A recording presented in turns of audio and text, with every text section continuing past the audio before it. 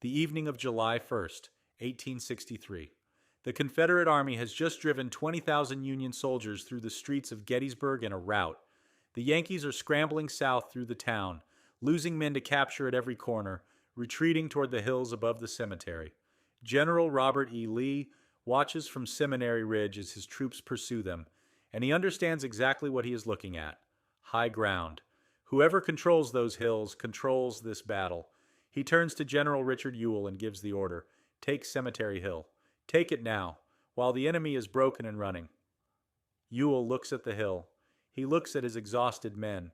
He looks at the Union soldiers streaming up the slope and the artillery already being dragged into position at the top, and he decides it is not practicable. He does not attack. In the history of the American Civil War, few moments have been debated as obsessively as that one, because if Ewell attacks, if he takes that hill on the evening of July 1st, the Battle of Gettysburg almost certainly ends differently. The Union Army has nowhere to fall back to. Philadelphia is 3 days' march away. The Confederate States of America might win their independence on a Pennsylvania hillside in the summer of 1863. But Ewell does not attack. And so the 3 bloodiest days of the American Civil War begin. Robert E. Lee entered Pennsylvania in June 1863 at the peak of his reputation and his army's power. 2 months earlier, he had won at Chancellorsville, outmaneuvered a Union army twice his size, split his forces in the face of the enemy, flanked them in the dark, and driven them from the field in what military historians still study as a masterpiece of aggressive generalship. The Army of Northern Virginia had never been better. Its men believed they were invincible. Their commander believed the same thing, which was perhaps more dangerous. Lee's invasion of the North was not reckless. It was calculated. The Confederacy was being strangled. Grant was closing on Vicksburg in the west, tightening his grip on the Mississippi. The South needed a decisive victory on Northern soil, and it needed it fast. Win a major battle in Pennsylvania, march on Washington or Philadelphia, and the political math in the North might shift. Enough congressmen, enough newspaper editors, enough war-weary voters demanding a negotiated peace. Britain and France, who had been watching the war with commercial interest, might finally recognize Confederate independence. It was not an impossible dream. It was, in the summer of 1863, the last realistic path to a Confederate victory. Lee marched 75,000 men north through the Shenandoah Valley and into Pennsylvania, living off the farms of a state that had never seen war. His soldiers were in extraordinary spirits. They had beaten the Army of the Potomac so many times, at Fredericksburg, at Second Bull Run, at Chancellorsville, that many of them genuinely believed the Yankees would not stand and fight on open ground against them. They marched through Pennsylvania towns whose residents watched from doorways in silence, requisitioned horses and food with printed Confederate currency that nobody expected to be worth anything, and moved north confident that this was the campaign that would end it all. His cavalry commander, Jeb Stuart, ruined that confidence before a shot was fired at Gettysburg. Instead of riding ahead to scout Union positions, Stuart swung wide around the Federal Army to raid supply lines and harvest glory, and vanished for days at the moment Lee needed him most. Lee moved blind into Pennsylvania, unsure where Meade was, unsure where the Army of the Potomac had concentrated. He was navigating a state he'd never fought in, without the eyes of his army, which is how 75,000 Confederate soldiers ended up stumbling into a battle at a crossroads town that nobody had planned to fight at. On the Union side, things were no less chaotic. Lincoln had just fired the Army of the Potomac's commander, Joseph Hooker, 3 days before the battle, still furious over Chancellorsville. His replacement was George Gordon Meade, a Pennsylvania general with a fierce temper and a reputation for steady competence. Meade had been in command for 72 hours when his army stumbled into Lee's.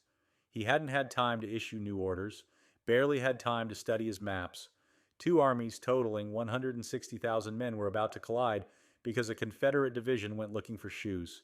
It began, as the most consequential battles often do, with a search for shoes. The morning of July 1st started as a minor skirmish. A Confederate division from A.P. Hill's Corps marched toward Gettysburg looking for supplies. Shoes, specifically, in the version of the story everyone remembers, though the historical record is murkier. What they found instead was John Buford. Buford commanded 2 brigades of Union cavalry, about 2,500 men. He had arrived in Gettysburg the day before, studied the terrain with a cavalryman's eye, and understood instantly what the ground meant. The ridges west of town were adequate for a delaying action. The hills south of town, Cemetery Hill, Cemetery Ridge, Little Round Top, were something else entirely. High, defensible, commanding the surrounding countryside in every direction. Whoever put an army on those hills and dug in would be nearly impossible to dislodge by frontal assault. That evening, Buford sent a message to Reynolds. I am satisfied that A.P. Hill's corps is massing just back of Cashtown. The enemy's force are advancing. I will hold the line for as long as possible. Reynolds replied the same night. Hold on. Infantry is coming. I will be there as early as possible in the morning. Through the morning of July 1st, Buford's dismounted cavalry held the Confederate infantry on McPherson's Ridge, west of town, buying exactly the time they needed.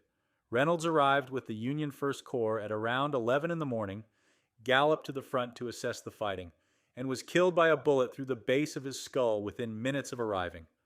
One of the most capable generals in the Union Army was dead before the battle had properly started. He never saw the ground he had saved. The fighting through the afternoon was brutal and one-sided. Confederate forces kept arriving from the north and west, and the Union line kept getting flanked. By 4 in the afternoon, 30,000 Confederate soldiers were pressing 20,000 Yankees from 2 directions simultaneously. The Union line collapsed. Soldiers streamed south through the streets of Gettysburg in a chaotic retreat, some fighting at every corner, many simply running.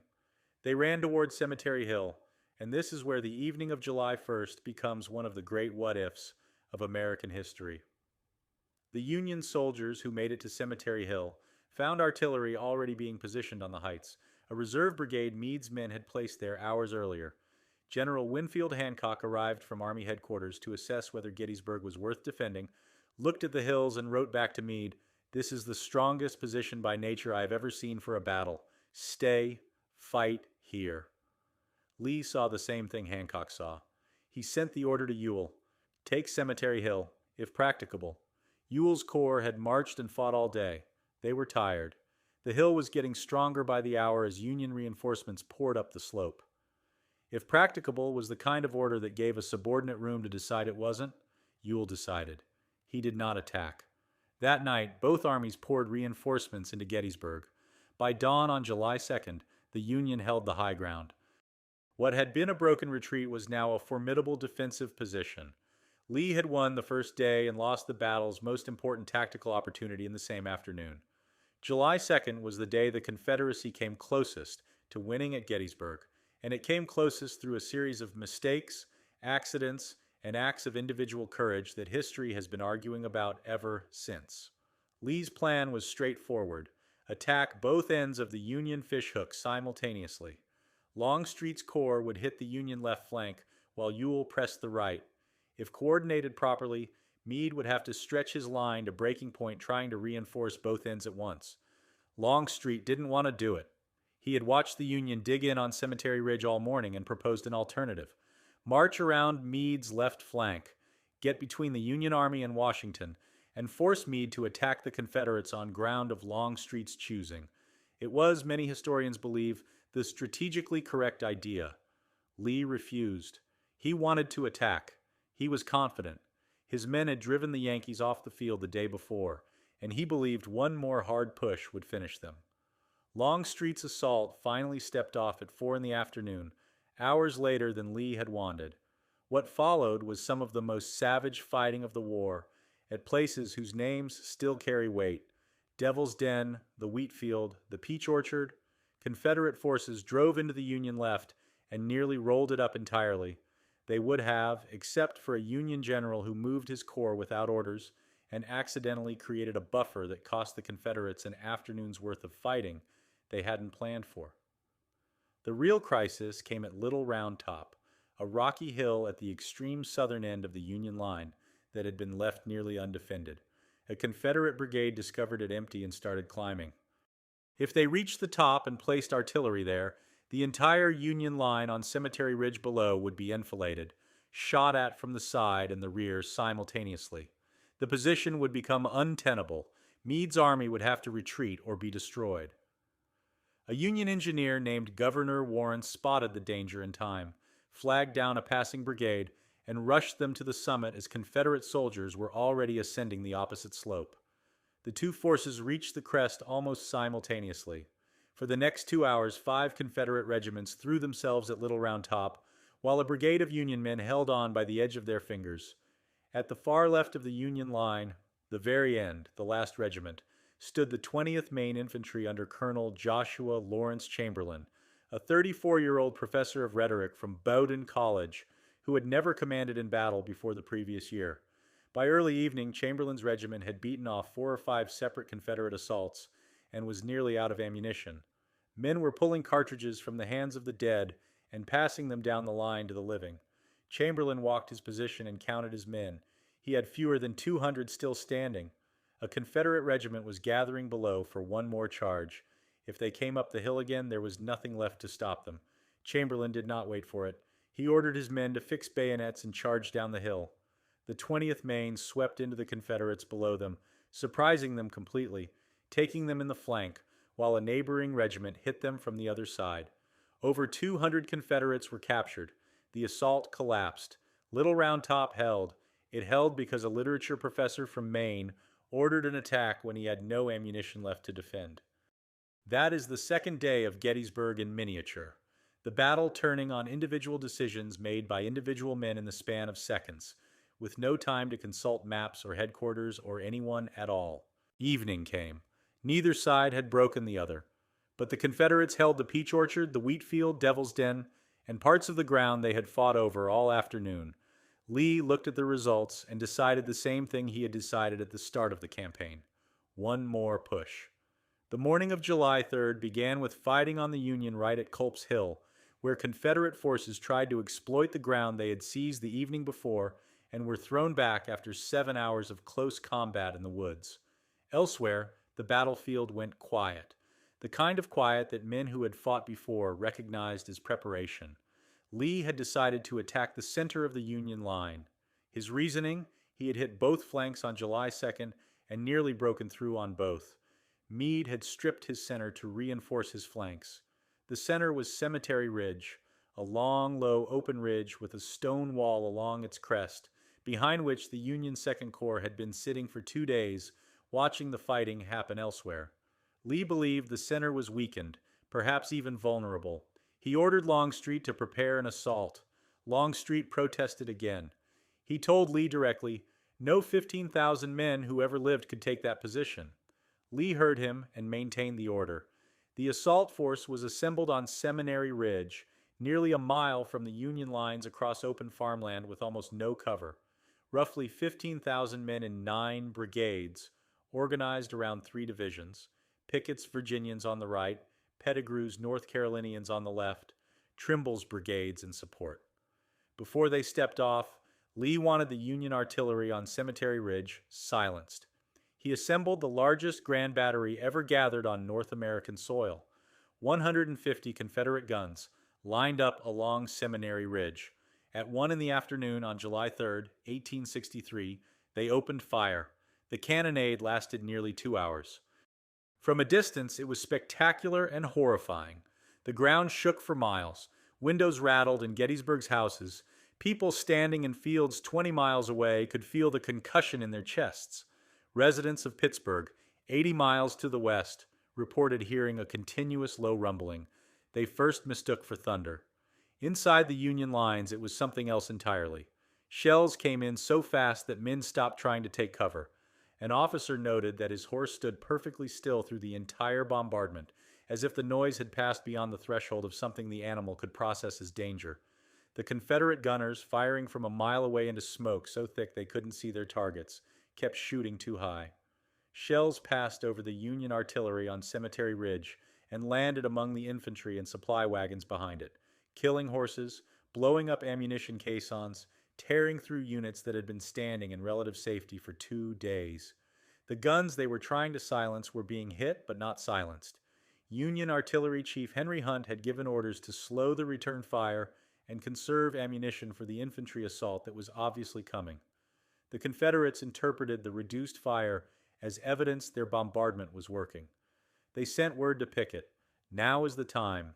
Come quickly." Pickett went to Longstreet for the order to advance. Longstreet, who thought the assault was going to fail, could not bring himself to speak. He simply nodded. At approximately 3 in the afternoon, 15,000 Confederate soldiers stepped out of the tree line on Seminary Ridge and began to walk. They walked because the distance was too far to run.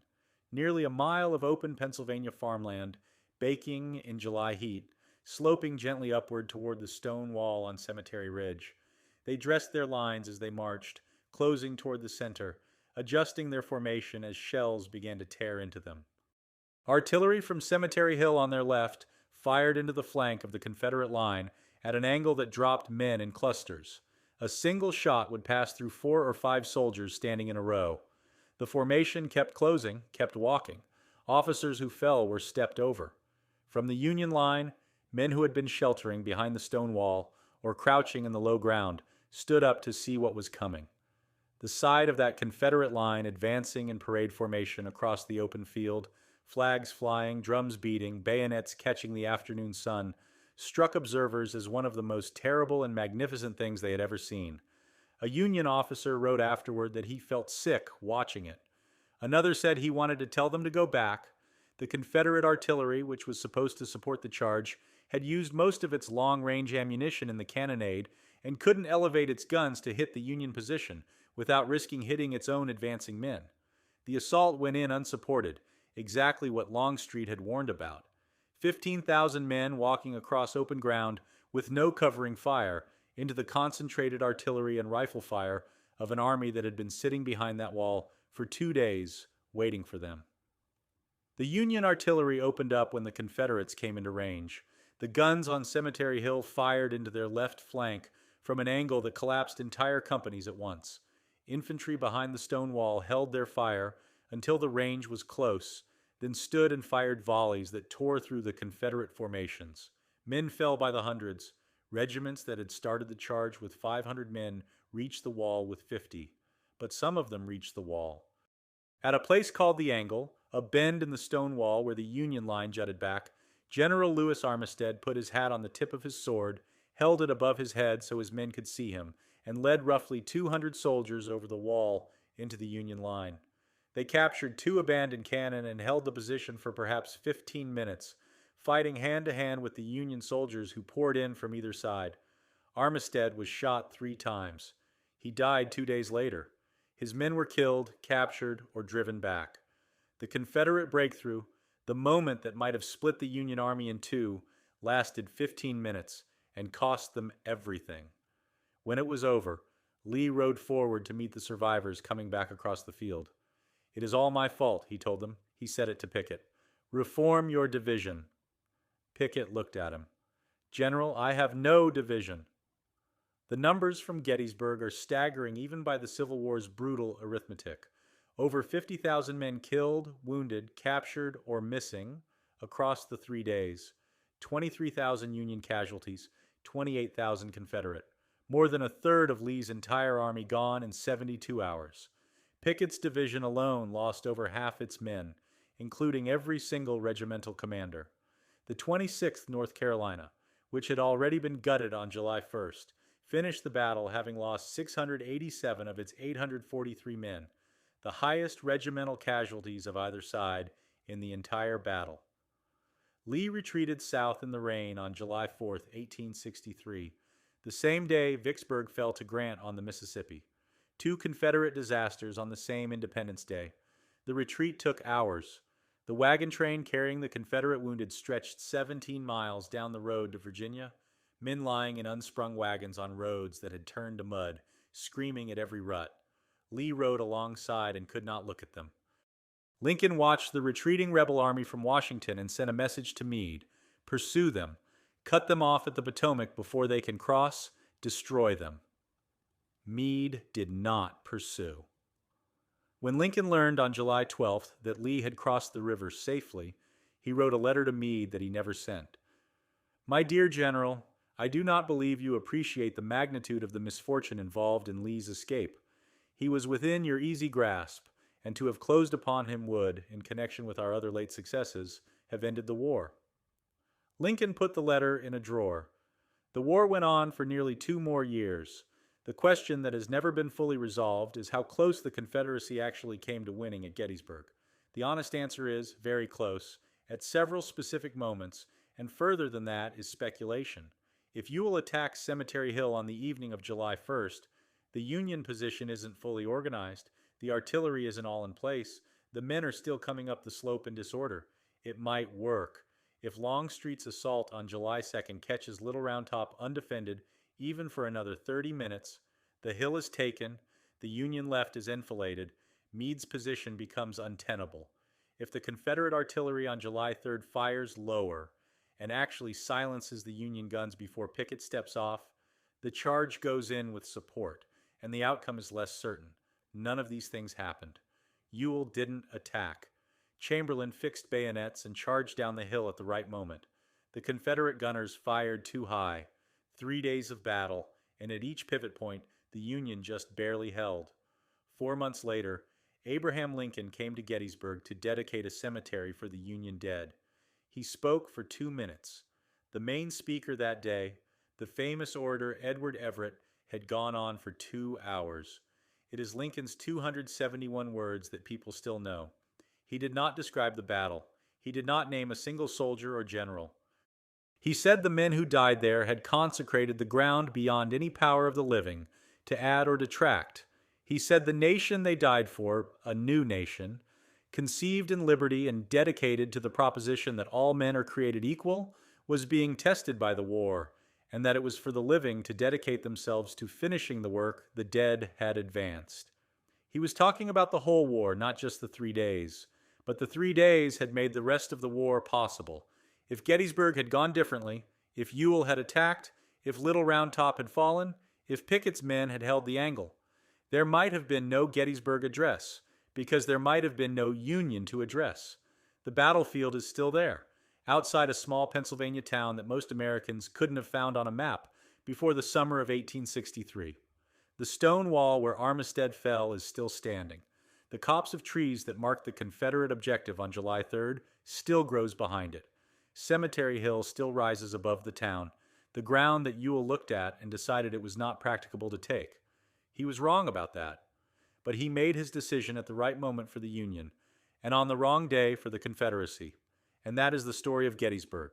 3 days in which the difference between a Confederate victory and a Union one came down to a hill nobody took, a bayonet charge no one expected, and a cannonade that fired too high. Pickett was asked after the war why the charge failed. He thought about it for a moment. "I've always thought," he said, "the Yankees had something to do with it."